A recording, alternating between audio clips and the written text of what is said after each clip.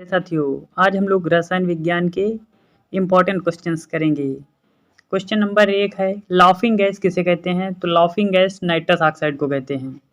दूसरा क्वेश्चन है, किस विधि द्वारा मिश्रण में उपस्थित घटकों का पृथक्करण किया जाता है? तो क्रिस्टलन विधि द्वारा मिश्रण में उपस्थित घटकों का पृथक्करण किया जाता है। तीसरा क्वेश्चन है, जब कार्बन अपर्याप्त ऑक्सीजन की उपस्थिति में जलता है तो कौन सी गैस बनती है? तो कार्बन मोनोऑक्साइड बनती है। घेघा रोग, अगला क्वेश्चन है, घेघा रोग किस ग्रंथि के बढ़ने से होता है? घेघा रोग थायराइड ग्रंथि के बढ़ने से होता है। तंबाकू में पाया जाता है, तो तंबाकू में निकोटीन पाया जाता है। और कॉपर सल्फेट का जलीय घोल प्रकृति में अम्लीय होता है क्योंकि लवण में होता है हाइड्रोलिसिस। अगला क्वेश्चन है, शुद्ध जल का पीएच मान होता है? शुद्ध जल का पीएच मान 7 होता है। सुबह और शाम सूरज के लाल रंग का कारण क्या होता है? तो यह प्रकाश के प्रकीर्णन के कारण सुबह और शाम सूर्य का रंग लाल होता दिखाई देता है या प्रतीत होता है। अगला क्वेश्चन है, जब एक जहाज नदी से समुद्र में प्रवेश करता है तब उसका तल जो है हल्का ऊपर की ओर उठ जाता है।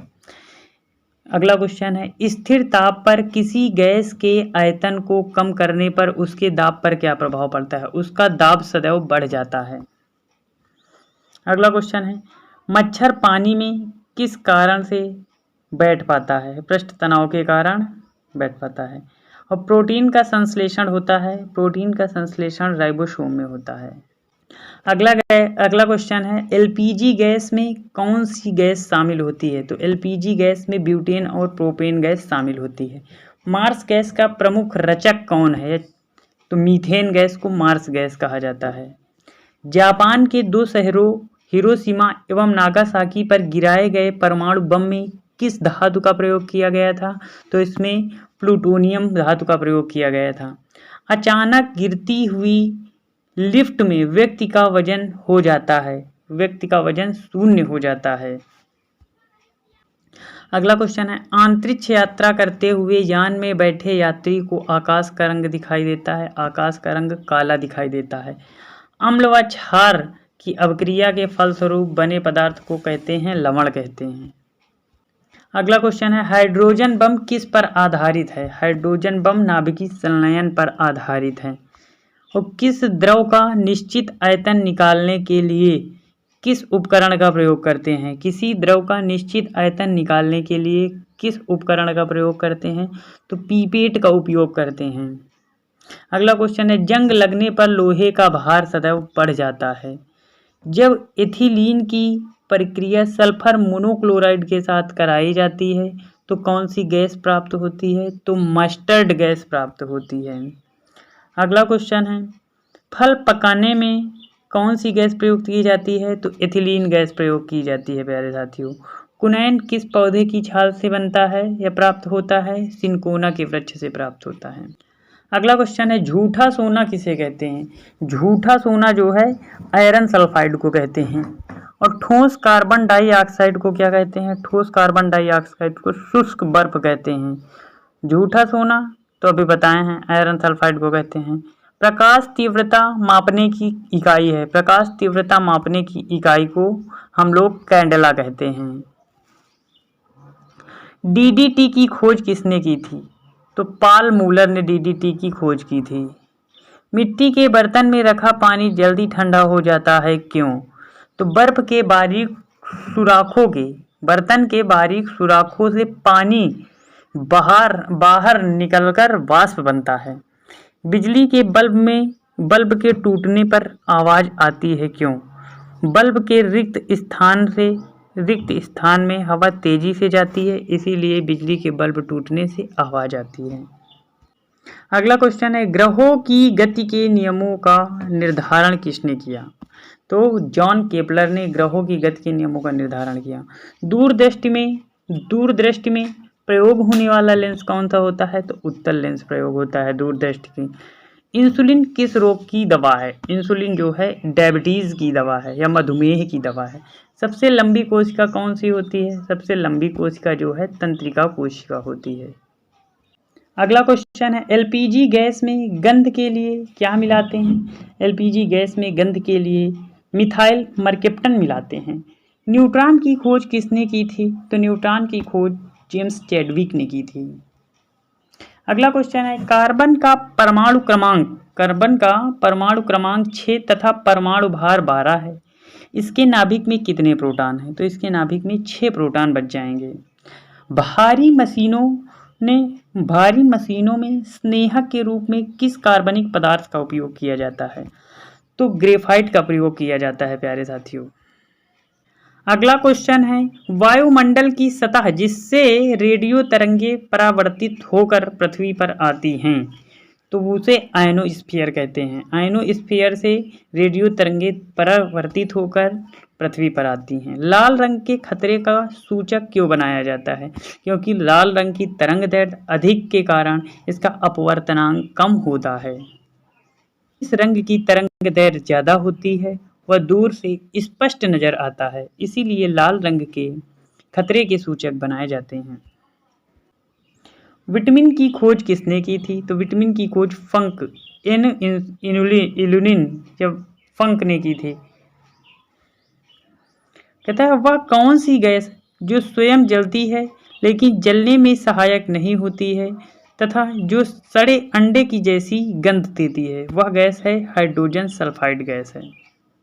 अगला क्वेश्चन है कपड़े को दहन बनाने में एल्यूमिनियम के किस यौगिक का प्रयोग किया जाता है? एल्यूमिनियम हाइड्रोक्साइड का प्रयोग किया जाता है। अगले क्वेश्चन है 1950 ईस्वी तक मुंबई की गलियों में रोशनी के लिए किस ईंधन का इस्तेमाल किया जाता था?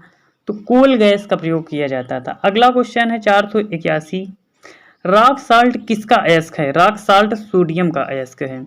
अगला क्वेश्चन है 491 थायराइड ग्रंथि की सक्रियता का पता लगाने के लिए किस समस्थानिक का उपयोग किया जाता है? आयोडीन 131 का प्रयोग किया जाता है।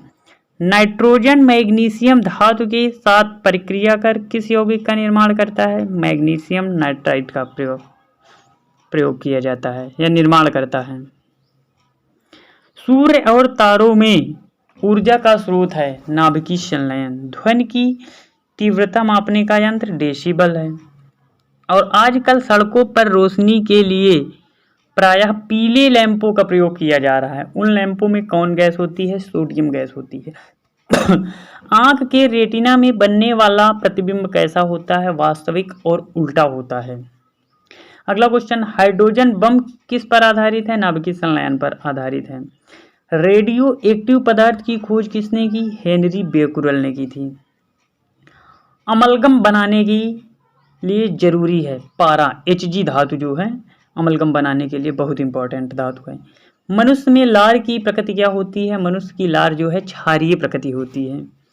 हवाई अड्डों पर विमान चालकों को संकेत देने के लिए किस लैंप का प्रयोग किया जाता है? न्यान लैंप का प्रयोग किया जाता है, न्यान लैंप का।